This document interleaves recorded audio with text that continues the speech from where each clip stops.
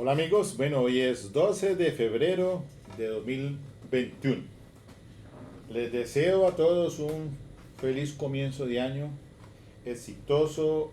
y por lo menos esto con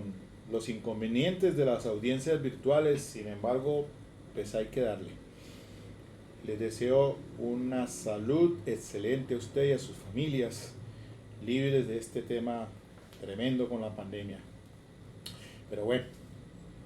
hoy quiero comenzar con los estudios académicos este año, socializando la decisión del Tribunal Superior de Cali en la que confirma la condena impuesta por el juzgado 15 penal de circuito contra el señor Isidoro Díaz Oliveros. Recordemos que el pasado junio primero esto fue la decisión de primera instancia desde junio 14 del 2018, en la que el juzgado de primera instancia, el ACUO, pues impone condena contra Isidoro Díaz Oliveros a 13 años de prisión, actos sexuales con menor de 14 años agravado, artículos 209 y 211, numerales segundo del Código Penal. Después de haber interpuesto el recurso de apelación, el tribunal finalmente resuelve en la decisión del pasado 29 de noviembre de 2020, con ponencia del doctor Carlos Antonio Barreto Pérez. Ustedes de pronto me van a permitirse algunos espacios de la lectura, pero en otras partes voy a analizar o a manifestar mi opinión en contra de la decisión del Tribunal de Cali. La sentencia se impugna y entonces se resume, dice el Tribunal Superior de Cali. Les recuerdo a ustedes, los que quieran de pronto, no sé si pueden acceder a la información virtualmente, es el radicado 76001 6193 2016 35961, acusado Isidoro Díaz Oliveros por actos sexuales abusivos con menor de 14 años. Esta providencia fue confirmada con el acta 245, decisión del pasado 29 de octubre 2020. Entonces, resumamos aquí lo siguiente. Dice el Tribunal Superior de Cali que la defensa dice que en el mismo escenario de la audiencia sustentó el recurso vertical, argumentando en esencia lo siguiente: dos puntos. El juicio de responsabilidad se basa en prueba de referencia, dado que, si bien la menor declaró en cámara Gesell, solo fue interrogada por la fiscalía, negándosele la oportunidad a la defensa de intervenir para confrontar a la testigo, lo cual era de suma importancia al ella mencionar en otros escenarios ser víctima de otro suceso similar con agresor distinto. Reprocha que el juez haya manifestado que no era necesario. Los peritos de medicina legal y psicología forense, recordemos aquí que los testigos que entraron a juicio fueron la funcionaria del CTI que hace la entrevista según protocolo de SATAC, el médico legista que hizo el examen físico y lo que refiere en el anamnesis, y la psicóloga forense, que es la que, pues, perito. Entonces, los peritos de medicina legal y psicología forense que declararon con posterioridad indican circunstancias distintas referidas por la víctima, especialmente ante esta última especialidad, teniendo en cuenta que en la primera entrevista ante la experta adscrita al CTI habló de un solo evento o tocamiento lascivo a la edad de 10 años, mientras que a la profesional de medicina legal le indicó que se había repetido por 2 o 3 ocasiones entre los 9 y 10 años. La madre y la tía de PASP, al igual que los anteriores deponentes, no son testigos directos de los hechos, razón por la que en el proceso no se logra corroborar lo afirmado por la menor. Máxime que su tía,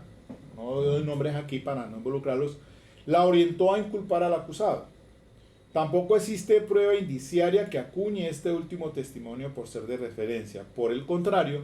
Se desestimó la prueba de descargo que acredita de una parte y a través de experticia psicológica que el acusado no muestra inclinación o atracción sexual por menores de edad.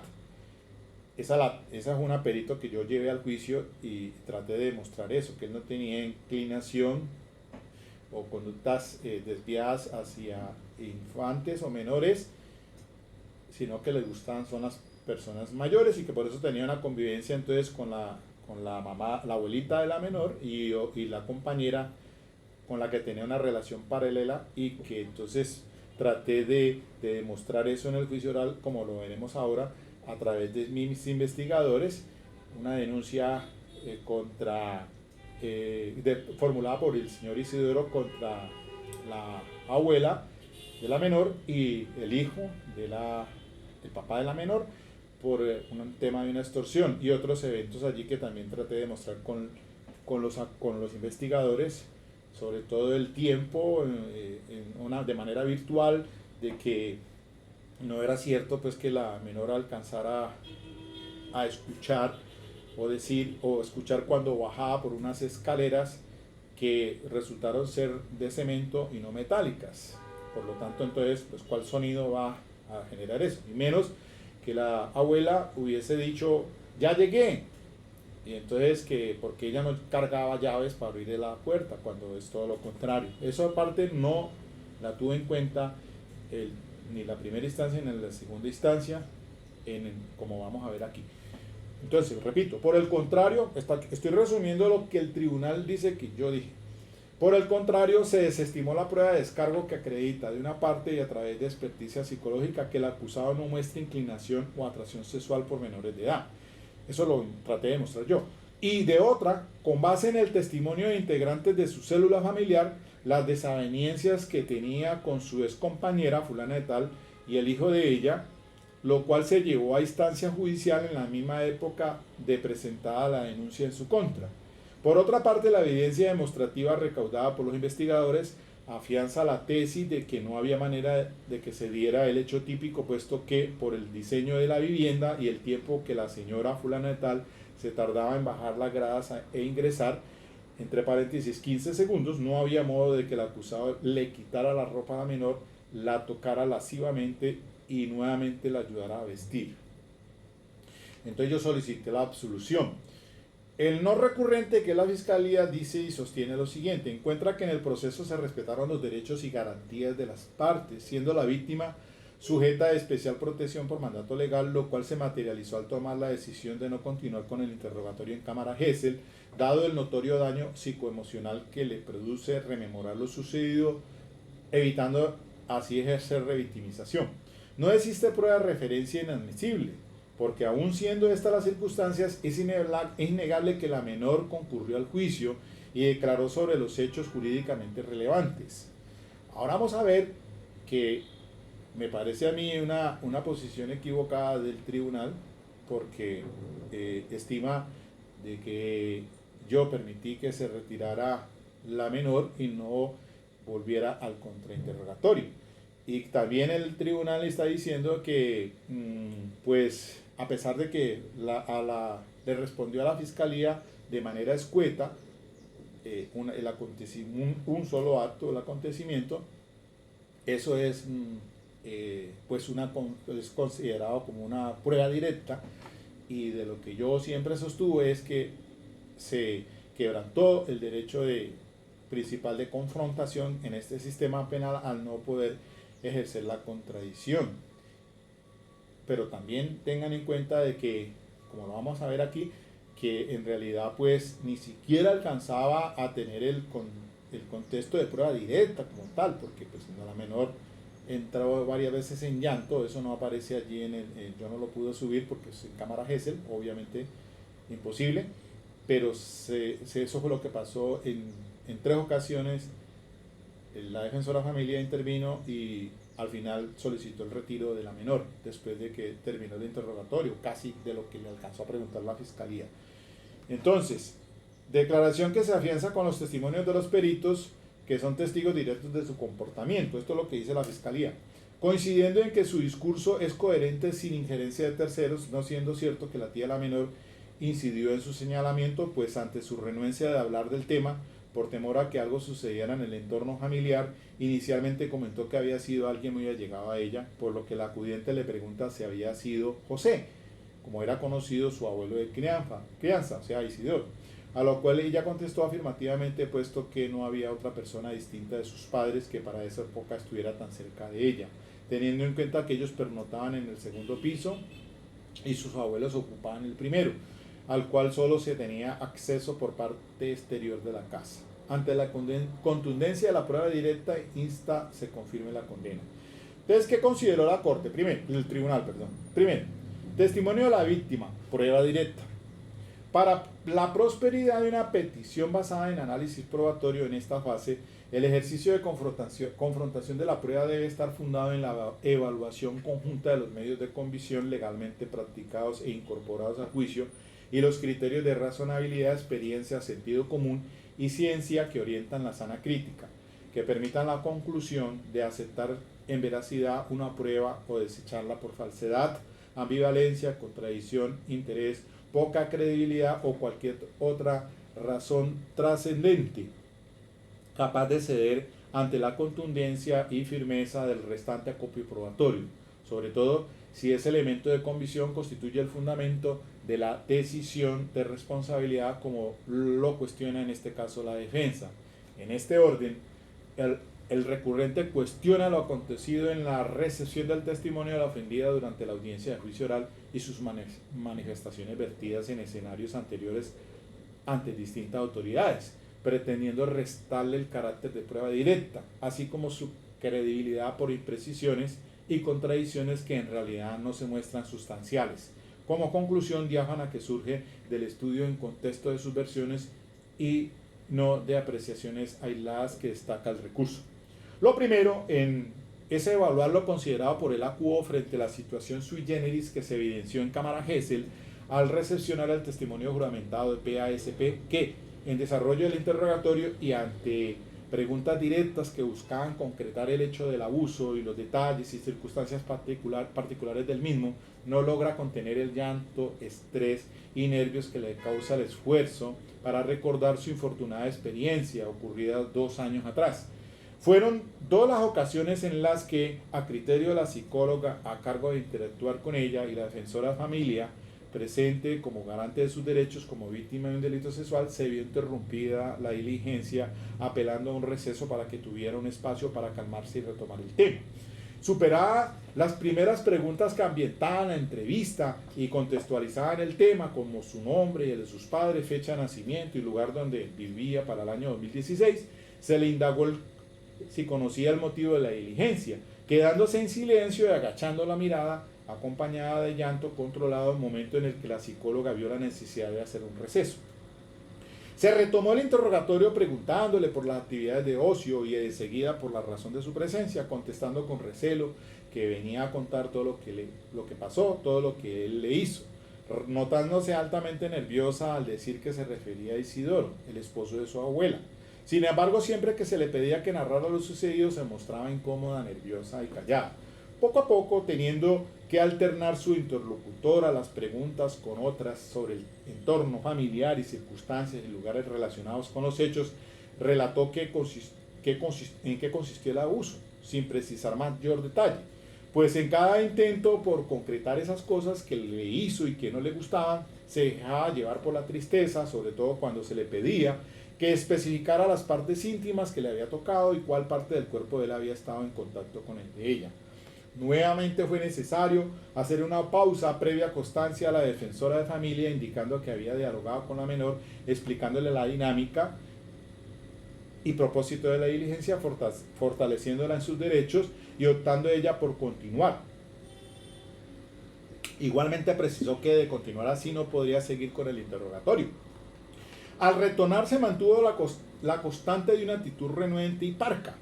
acompañada de respuestas escuetas. Subrayo aquí, póngale cuidado a esto. No obstante, con esfuerzo se logró avanzar en el cuestionario hasta que se le preguntó si durante la ejecución de la conducta conservaba sus prendas de vestir,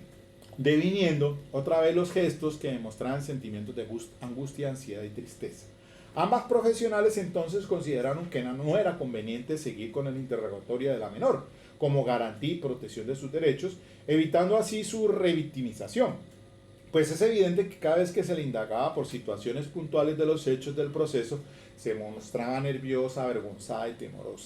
temerosa. Para la judicatura, siguiendo el mandato legal y constitucional que rige la materia, prevalece el interés superior de la menor, por lo que atendiendo la intervención y solicitud de la psicóloga y defensora de familia, suspendió el interrogatorio. Procediendo enseguida a consultar con las partes intervinientes, manifestando el procurador delegado que avalaba la determinación ante la evidente afectación que demuestra la testigo al ser cuestionada por los hechos que sustentan la acusación. El defensor, por su parte, refirió que, aquí subraya con negrillas y entre comillas, todo ha sido dentro de la legalidad y no tengo nada que aportar al respecto. Sí, es decir que la determinación del despacho devino a ruego de los profesionales garantes de los derechos de la menor, no encontrando reparo en la Fiscalía y la defensa, siendo esa la oportunidad para que, en caso de considerar que ello afectaba su teoría o estrategia defensiva, surgiera oposición o al menos alguna manifestación como constancia al respecto, convalidando ese procedimiento y por ende renunciando cualquier contradicción o interrogatorio en la aludida prueba. Aquí hago un paréntesis. Yo no estoy de acuerdo con esa decisión o esa interpretación que está haciendo de manera subjetiva el Tribunal de Cali. Jamás me iba yo a quedar pues sin hacer ninguna manifestación en el tema de que necesitaba contrainterrogarla. El hecho es que me pregunta la judicatura es si se suspendía la diligencia y dejarla allí, pero con la obvia posterior intervención para otra fecha para hacerle el contrainterrogatorio. Es que el tribunal está pasándome cuenta de cobro a mí, que yo estoy convalidando porque no dejé la respectiva constancia en la oposición. Pero eso era evidente que si estábamos en ese momento en tres ocasiones entraba en llanto y si se retira la menor, pues era para que se retirara y se volviera nuevamente en otra fecha. Eso no era necesario de que yo se lo dijera al juez. El juez sabe muy bien, o los jueces hoy en día están con tal preparación de decir, bueno, yo suspendo la diligencia porque ha habido fallas por motivos psicológicos y para no revictimizarla, pero que permitan que volviera otra vez en otra oportunidad diferente a seguir con el contrainterrogatorio. Porque este es un sistema en el que se le debe permitir a la defensa, obviamente, ejercer su derecho de contradicción, de confrontación. Entonces,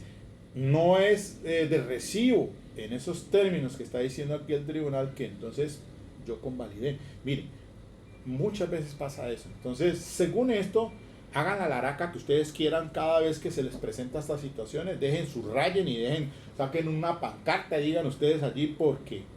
si no después entonces van a pasarle cuenta de cobro es a la defensa, y en este caso yo no estoy de acuerdo, por supuesto que no, porque el garante para empezar, el garante como tal, el presidente de esa audiencia allí de juicio oral es el ACU, el señor juez, el que está ahí presente.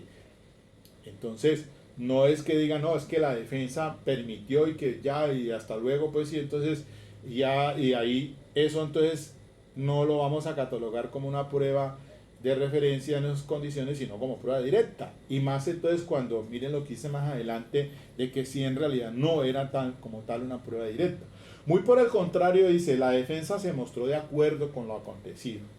indicando que se ajustaba al marco de la legalidad. Magistrados, ustedes no están ahí presentes en ese momento cuando se sucedió esto. Ustedes están haciendo una elucubración, una suposición. Están ustedes haciendo a priori una situación que me pone en desventaja, por supuesto. Entonces, no muy por el contrario, la defensa se mostró de acuerdo con lo acontecido, indicando que se ajustaba al marco de la legalidad. Sí, pero el marco de la legalidad era que se retirara porque no podíamos continuar con el interrogatorio, pero no para que no volviera al estrado judicial. Si se supone que el testigo de que hará exposición, y así hay un artículo que lo señala, incluso cuando termina el interrogatorio, si uno, hay un artículo del Código de Procedimiento Penal que el testigo termina y uno dice, vea, por favor que permanezca a disposición si es necesario volver otra vez al estrado judicial. Eso no quedó usted dentro del principio de legalidad estricta del debido proceso. A eso es que el juez no quedarse callado y decir, bueno, pues yo estoy observando esto, entonces usted qué opina, señor defensor, entonces lo va a contrainterrogar o no, no va a esperar que yo se lo diga. ¿Qué es lo que entonces están diciendo acá? Muy por el contrario, la defensa se mostró de acuerdo con lo acontecido, indicando que se ajustaba al marco de la legalidad, no existiendo razón para que en sede del recurso sostenga que se actúa en detrimento de los intereses del procesado, al no habérsele permitido contrainterrogar, perdiendo el testimonio su característica de prueba directa, pasando a ser de referencia. De hecho, hilando más delgado, dice el tribunal, no se terminó con el interrogatorio de la fiscalía. Bueno, no se terminó con el interrogatorio de la fiscalía, pues el derrotero del cuestionario se vio frustrado ante los gestos y comportamientos de la menor cuando era abordada por el tema de prueba. Bueno, si eso era así, entonces ¿por qué razón el fiscal entonces también falló? Porque entonces dicen, no, es que no me contestó en esta, pero en la próxima sí me puedo continuar con el interrogatorio. Dice aquí, entonces, pues el derrotero del cuestionario se vio frustrado ante los gestos y comportamiento de la menor cuando era abordada por el tema de prueba, lo que al final demandó razonablemente no continuar con la diligencia. Luego, en estricto sentido, la parte que interrogaba tampoco tuvo la posibilidad de agotar todo su cuestionario atendiendo a su tesis incriminatoria. Están hablando de fiscalía. Pese a ello, la niña expuso las circunstancias de modo, lugar y tiempo en que fue sometida a abusos libidinosos por parte del procesado. Claro, entonces no le quedó sino a lo que le interesaba al ente acusador, y para eso entonces es palabra de Dios. Y entonces el ejercicio de la confrontación o el contradictorio, exponiendo que en aquella ocasión en una habitación de un momento a otro, sin pronunciar palabra, el ahora acusado le tocó sus piernas, senos y vagina, colocando sobre esta su miembro, no logrando definir si hubo penetración, solo recuerda que sintió dolor. Demostrando este relato que la afectada describió puntualmente la acción donde resultó víctima, que constituye el abuso sexual motivo de este proceso, versión que sin duda debe considerarse una ilustración directa a lo ocurrido. Puntualmente dice la defensa que la judicatura le da plena credibilidad a la menor sin haber tenido la oportunidad de preguntarle por aspectos que le interesaban dentro de la estrategia, deteniéndose solo a cuestionar por qué en la entrevista realizada por la psicóloga adscrita a medicina legal refirió que habían sido 2 o 3 eventos en el lapso de los 9 a 11 años, mientras que en los otros escenarios antecedentes a este, como el examen sexológico y entrevista psicológica por el perito del CTI, sostuvo que fue una vez a sus 10 años. Aspectos que los profesionales, peritos que atendieron a la afectada, explican ampliamente, demostrando que esta inquietud de la defensa encuentran una razonable explicación en la prueba obtenida. Además, la defensa ahora reclama contrainterrogatorio, pero en su oportunidad en el juicio, vuelve y insiste el tribunal, solo manifestó al dar por terminado el interrogatorio de la menor con la razón de que, subrayan aquí, casi me lo mandan a marcar, todo estaba dentro de la legalidad y no tenía nada que aportar al respecto. Pero era refiriéndome, pues obviamente el que se retirara la menor, pero no que no se volviera a traer al estrado judicial. Hombre, eso es lógico, que si estábamos, era sobre la situación de que se pudiera retirar en ese momento dado su estado anímico. Claro, en llanto la niña y sin poder contestar, ahora que me están cobrando, pasándome cuenta de cobro, diciendo es que usted no dijo, que entonces, ¿por qué no pidió entonces que vea, señor juez, para otro día y otra fecha? Es que yo no tengo por qué decírselo, el juez lo sabe muy bien. Quedé así, manicruzado, esperando que se fijara una continuación de la diligencia en cámara de Gesell para poder hacer el contrainterrogatorio. Incluso el juez consultó la posición o consideración de los presentes, y ninguno de ellos, incluso el defensor, mostró intención de contradicción. No estaban ahí ustedes, magistrados, para que digan eso. lo que permite la conclusión que el defensor con su manifestación renunció a interrogar a la testigo. Falso de toda falsedad. Eso es una conclusión que ustedes sacan. Lo que permite la conclusión que el defensor con su manifestación renunció a interrogar a la testigo. No, señores, yo nunca explícitamente o específicamente permití esa situación. Si la defensa, y viene y sigue así, si la defensa tenía la intención de contrainterrogar a la testigo, debió expresarlo al juez para que éste garantizara su derecho. Oye, pero ¿por qué tengo que decírselo yo al juez si el juez es el que es el guía, es el director de la orquesta, es el que está llevando el juicio y él sabe muy bien cuáles son las garantías procesales? Señor defensor, usted, ante al contrario, él es el que debió haberme preguntado a mi señor defensor, ¿usted va a ejercer el derecho de contradicción, sí o no? ¿Va a contrainterrogar, sí o no? Y si yo le hubiera dicho expresamente, no, señor juez, ¿ya para qué? Yo no necesito contrainterrogarlo. Ahí sí les doy la razón, magistrados. Ahí sí le doy la razón a ustedes. Esa es la lógica de las cosas y la secuencia en que se hacen cuando se está haciendo cuando se está interrogando, en todo, ahora hasta incluso en las audiencias virtuales. Se nos pregunta por el juez, ¿usted va a contrainterrogar, señor juez, defensor? No, señor juez, no voy a contrainterrogar. Y queda allí claramente en el audio. Pero no se estaba resolviendo el tema de la pregunta no fue concreta, ¿usted va a contrainterrogar, sí o no? No, era que se permitiera retirarse por su estado anímico para que volviera en su debida oportunidad ya más calmadita para hacer el contrainterrogatorio. Entonces, eso es lo que el defensor que ahora asumió para el recurso extraordinario de casación va a hacer énfasis, porque así se lo expresé. Yo no soy el que va a hacer el recurso extraordinario de casación, porque esto es una posición subjetiva y entonces en esas condiciones hay que mirar a ver cuál es la causal en sede de casación, pues porque la valoración como tal de la prueba, no es una prueba directa, sino, pues en este caso, eso sería una prueba de referencia, entonces que tiene que estar respaldada con otras para que pueda darse entonces lo que exige el artículo 381 del Código de Procedimiento, que para condenar, como dice aquí la norma, la sentencia condenatoria no podrá fundamentarse exclusivamente en pruebas de referencia. Para condenarse requiere el conocimiento más allá de toda duda acerca del delito y de la responsabilidad penal del acusado, fundado en las pruebas debatidas. Y recordemos que los principios rectores de los cuales yo le hago énfasis, queridos amigos, que están en los artículos 15 y siguientes del Código de Procedimiento Penal. Artículo 15 habla de la contradicción, el 16, que es el de la inmediación, y entonces dice, en el juicio únicamente se estimará como prueba la que haya sido producida o incorporada en forma pública, oral, concentrada y sujeta a confrontación y contradicción. Miren que son dos verbos muy diferentes. Confrontar es una cosa y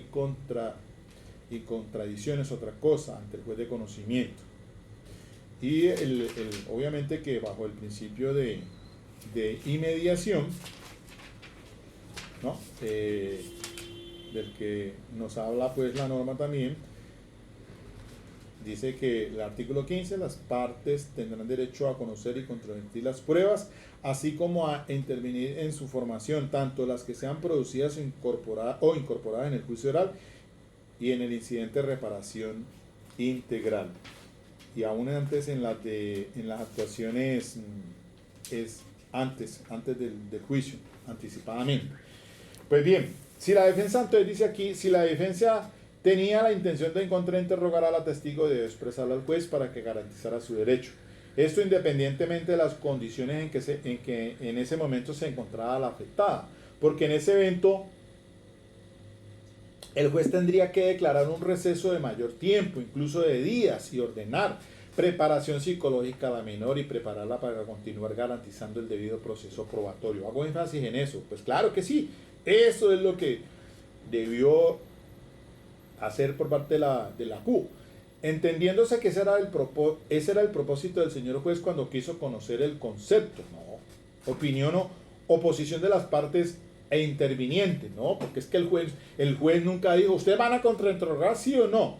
¿No? Él estaba haciendo énfasis en que si se podía retirar por el estado anímico, pues no fue claro tampoco. Pero esto desafortunadamente no aconteció por la actitud de renuncia de la defensa a ejercer la contradicción en este testimonio. Otra vez insisto, eso no es cierto. Entonces lo declarado por la menor en la audiencia en cuanto a la conducta de la cual resultó víctima constituye prueba directa, por tratarse de un suceso que ella percibió, afrontó y padeció cumpliéndose la regla dispuesta en el artículo 404, que es el conocimiento personal. Ese es entonces aquí quedó, hasta esta parte vamos allí. Después entonces ya una segunda parte, dice las pruebas testimoniales de los profesionales que atendieron a la afectada, complementada y refuerzan en veracidad su versión de los hechos. Mira acá entonces, vamos a resumir aquí. La duda que plantea la defensa en cuanto a las ocasiones de abusos sexuales a la menor es un aspecto que aborda la psicóloga de medicina legal Claudia Eugenia Córdoba. Ella sí puedo dar el nombre. Quien explicó que precisamente esa inconsistencia que se evidenciaba en la narración con relación a los documentos base, entre paréntesis, anteriores valoraciones, que tuvo para preparar la entrevista semiestructurada, no le permitió hacer un ejercicio de confrontación del relato, lo que no fue impedimento para analizar su comportamiento, siendo el foco de discusión que el acusado en una oportunidad tocó lascivamente a su nieta de crianza por extensión paterna, observando la perito que ésta mantuvo su exposición en esta línea, no hallándose por parte de los otros expertos que sí valoraron su contenido en el anamnesis y el cuerpo de la entrevista inicial indicios de faltar a la verdad o ser fruto de la fantasía. Lo cierto es que el testimonio de la menor en cámara Gesell se practicó por solicitud de la Fiscalía como prueba directa, tal como se concluye en el acápite anterior, coincidiendo su discurso con lo revelado en otros momentos ante las autoridades que la examinaron en lo físico y comportamental, quienes también concurrieron al juicio en calidad de testigos directos de lo percibido en desarrollo de las experticias, siendo ampliamente interrogados por la defensa. Bueno, ahí sí ejercitó el derecho de contrainterrogar. Situación que termina admitiendo el recurrente, dice que al encontrar el testimonio de la menor PASP contradictorio e inverosímil, no logrando demeritar su capacidad de convicción como prueba directa que constituye el pilar de la sentencia. O sea, la columna vertebral aquí es el testimonio directo y eso es lo que hay que atacar en casación. Y que se complementa y engrana con lo expuesto por los profesionales que la entrevistaron y valoraron, quienes encuentran plena correspondencia entre el relato, conclusiones y hallazgos, aún con la imprecisión antes exaltada. Claramente se advierte que la víctima al remembrar lo sucedido a sus 10 años con su abuelo de crianza se refirió a un solo episodio de agresión sexual, recreando la forma como él, identificado en el hogar como José, aprovechó una ocasión en la que, como era su costumbre, bajó del segundo al primer piso donde vivían de manera independiente su abuela paterna y el compañero de esta, Isidoro Díaz, con el propósito de saludarla, puesto que era muy apegada a ella. Y como de momento no había llegado del hospital Mario Correa, donde ella trabajaba, él la invitó a pasar el tiempo de espera jugando parqués, lo que ella aceptó, puesto que era actividad lúdica que regularmente realizaban sus abuelos, quienes le hacían partícipe cuando se presentaba la oportunidad. Sucedió que estando en la habitación de un momento a otro, sin pronunciar palabra, tocó sus piernas, senos y vagina, colocando sobre esta su miembro, no logrando definir si hubo penetración, solo recuerda que sintió dolor. Relato que no fue del todo espontáneo y fluido, pues desde el inicio la menor se mostró sumamente nerviosa y apenada, que por momentos guardaba silencio y se tapaba el rostro con sus manos, sin poder evitar y controlar su llanto. Al punto que, como se viene indicando, la diligencia se vio interrumpida en varias ocasiones al ser evidente su desequilibrio emocional cada vez que se hacía el intento por ahondar en detalles sobre el hecho. La niña no hizo precisiones, sin embargo son suficientes para tener claridad de la infortunada experiencia que de orden sexual tuvo a temprana edad, señalando de manera reiterativa y sin dudar a su abuelo como el agresor, persona de quien también indicó que le profesaba cariño, pues la vio nacer, quien le daba obsequios en fechas especiales con su cumpleaños y Navidad. Sin embargo, se encargó de infundirle un intenso temor para no comentar lo sucedido, ya que en varias oportunidades le advertía por teléfono que de llegar a romper el silencio dañaría a sus padres, mataría a papá o a mamá. Sin embargo, recientemente, en días que estuvo muy deprimida, sintió el impulso y confianza de contarle a su tía, quien en efecto lo corrobora, precisando que después de ella y sus padres notar en casa su comportamiento rebelde y bajo rendimiento académico, incluso de encontrarla llorando en su cuarto sin razón aparente, intuyó que algo le sucedía, así lo negara cuando le cuestionaba. Era el 1 de octubre del 2016 cuando la señora fulana la abordó y después de tanto insistir, hablo de la tía, y de tanto insistir y convencerla que nada le sucedería, que ella estaba para protegerla, le dijo que a sus 10 años alguien allegado a ella le había hecho cosas que no quería, pero que no podía revelar su nombre, pero porque también le pasarían cosas malas a las personas que quería, por lo que presintió que se trataba de José. Pues para esa época la menor vivía con sus padres en el mismo inmueble que sus abuelos, solo que cada hogar en un piso independiente, no habiendo otra persona distinta al esposo de la señora fulana como probable candidato a autor. Persona con la que la señora no tenía desavenencias ni inconvenientes. De hecho, aunque el contacto era poco en razón a que era en la época de ocurrencia de los hechos, los padres de la niña se mudaron al barrio Nápoles, donde convivió con ellos durante 2 años para cuidar de la menor después de llegar del colegio, ya que ambos laboraban. Resalta que la niña era muy cariñosa y apegada a sus abuelos. Aspecto último que es corroborado por la señora, la abuela, quien, pese a ser consciente de la infidelidad de su esposo por más de 10 años, demostrando en el estrado con sus expresiones su entera desilusión y rabia, es sensata y admite que lo que respecta a la relación entre su ex esposo y su nieta era armónica y respetuosa, pues ella es muy dulce y tierna, y pese a que era muy apegada a ellos, lo que la motivaba a bajar con frecuencia, él nunca la trató con confianza, de modo que en momento alguno se llegó a percatar de un gesto o acción que la llevara a pensar en un proceder indebido por parte de él, ni jugando de parqués, que era la mayor entretención, aclarando que de los hechos tuvo conocimiento mucho tiempo después de ocurridos. La señora tal, la tía, no pudo ahondar en detalles, solo que había sido violada, pues la menor desarrolló un llanto incontrolable que la motivó a requerir la presencia inmediata de su sobrina, que es la mamá de la niña, y luego de su esposo, el papá de la niña, quienes enterados proceden a instaurar la denuncia. Hecho concreto que reafirma la madre de la menor, señora fulana tal, quien de tiempo atrás había empezado a notar una conducta inusual en su hija, de irrespeto y desinterés académico, al punto que el día anterior a la conversación que ésta tuvo con su tía, hubo una seria discusión con ella que propició que por unas horas se fuera de la casa sin conocer su paradero, negándose a creer hasta ese momento que todo obedeciera al comportamiento inadecuado del compañero de su suegra. Pero es que ahí está la cosa, pues que son 2 años de tiempo en que ha pasado esto. Según los hechos, tenía 10 años y solo a los 12 años ya empieza a tener ese tipo de manifestaciones, ese tipo de comportamiento. Entonces es lo que pues genera duda. Cabe retomar el cuestionamiento de la defensa, que pese a que la menor sostuvo en el juicio que el abuso ocurrió a sus 10 años y en una única oportunidad, lo cual replicó ante el médico forense a cargo del examen sexológico y la psicóloga del CTI en su primer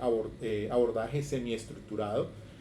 No se ha visto igual en la segunda entrevista realizada por la psicóloga de medicina legal, al indicar que ello ocurrió en 2 a 3 veces cuando su abuela estaba ausente en el rango de edad entre los 9 a 11 años. Entonces mire que hice un tocamiento y después le hice a 2 personas, a la del CTI y al médico que la examina, y a la psicóloga forense le habla de 3 sucesos.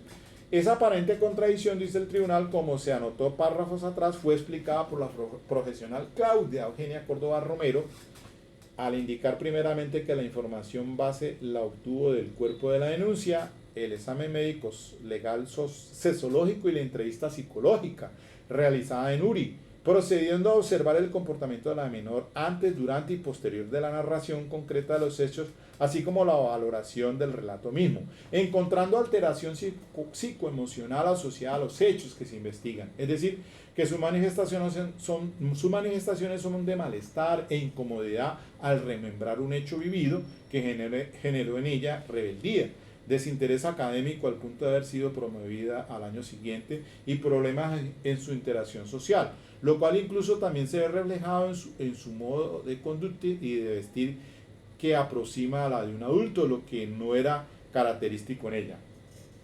Vamos a ver ahora más adelante, porque es que este tema del tocamiento con el abuelo, que les dice de una sola vez al CTI y al médico que la examina, y 3 a la psicóloga forense, difiere mucho de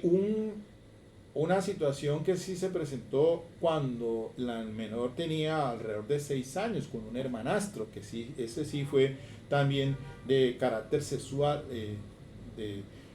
Entonces, eso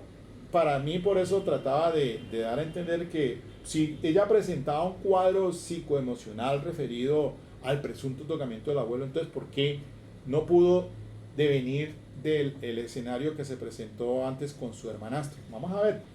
Cuadro que no se cataloga como una psicopatología clínica, diagnóstico clínico, sino como un malestar psicoemocional que desborda su capacidad de resolución de conflictos, estresores para su vida, es decir, que afecta su funcionamiento global, que comprende lo personal y familiar, académico también y social. De manera más puntual sobre la inconsistencia en el número de episodios, explica que sin perjuicio de la valoración psicológica de la menor, no le fue posible realizar una confrontación de las circunstancias de tiempo, modo y lugar de los hechos, así como de detalles inusuales que se hayan presentado en desarrollo de los mismos, dado que el contenido de la información aportada por la Fiscalía enseña que la menor no anotó detalles específicos. De hecho, resalta su expresión del abuso sexual, yo no quiero hablar, lo que explica la imposibilidad de cualificar el relato de la examinada por ausencia de elementos en el discurso. No obstante, deja en claro que el núcleo central se mantiene, es decir, el ser víctima de manipulación sexual por parte del abuelo. Por lo demás, en el examen mental, la experta la notó que al inicio se mostró apenada y restrictiva emocionalmente, sin signos de alteración de memoria de corta, mediana o largo plazo, y que utiliza lenguaje apropiado a su edad y nivel escolar, evidenciando fluidez verbal acorde con su desarrollo evolutivo. Sin embargo, durante su exposición se mostró triste, lacónica y evitativa frente al tema del abuso, razón por la cual en las últimas líneas de su informe recomienda que la menor no sea nuevamente entrevistada ni interrogada por estos hechos, en tanto no le permite evolucionar en la elaboración del hecho vivenciado. Bueno, sigamos más adelante entonces. Para estimar lo siguiente, dice aquí, encontrando razonable el testigo que haya exteriorizado los mismos 2 años después de sucedidos, porque además de recordar como referente que en esa época estaban próximos a cambiarse de domicilio, tenía temor fundado de que ocurriera algo negativo a sus padres, porque así se lo indicaba con frecuencia al agresor, quien la mantenía en constante amenaza o coacción, manifestando la menor al final de la entrevista que se sentía más tranquila, pues contaba con el apoyo de su familia, además de que ya se encontraba en proceso de restablecimiento de los derechos. A ver, todo lo cual muestra entonces coherencia con el contexto de los hechos referidos en el análisis, y se refiere aquí a la declaración del doctor Oscar Mondragón Salas, médico forense, quien después de constatar la edad clínica de la menor de 12 años y en lo que respecta al examen genital no observó lesiones recientes o signos de trauma agudo en la vagina. Pero dice el tribunal, todo lo cual muestra coherencia con el contexto de los hechos referidos en la anamnesis, ocurridos en una oportunidad a sus 10 años, en los que la examinada refiere despojo de sus prendas y tocamientos lascivos por parte de su abuelo, seguido de constantes amenazas, concluyendo que la experticia no niega ni confirma la actividad sexual descrita, que no deja algún tipo de huella, pues aunque se pudo presentar algún tipo de lesión superficial, dado que la menor informa que le dolió, la misma no se conserva por el paso del tiempo. Entonces,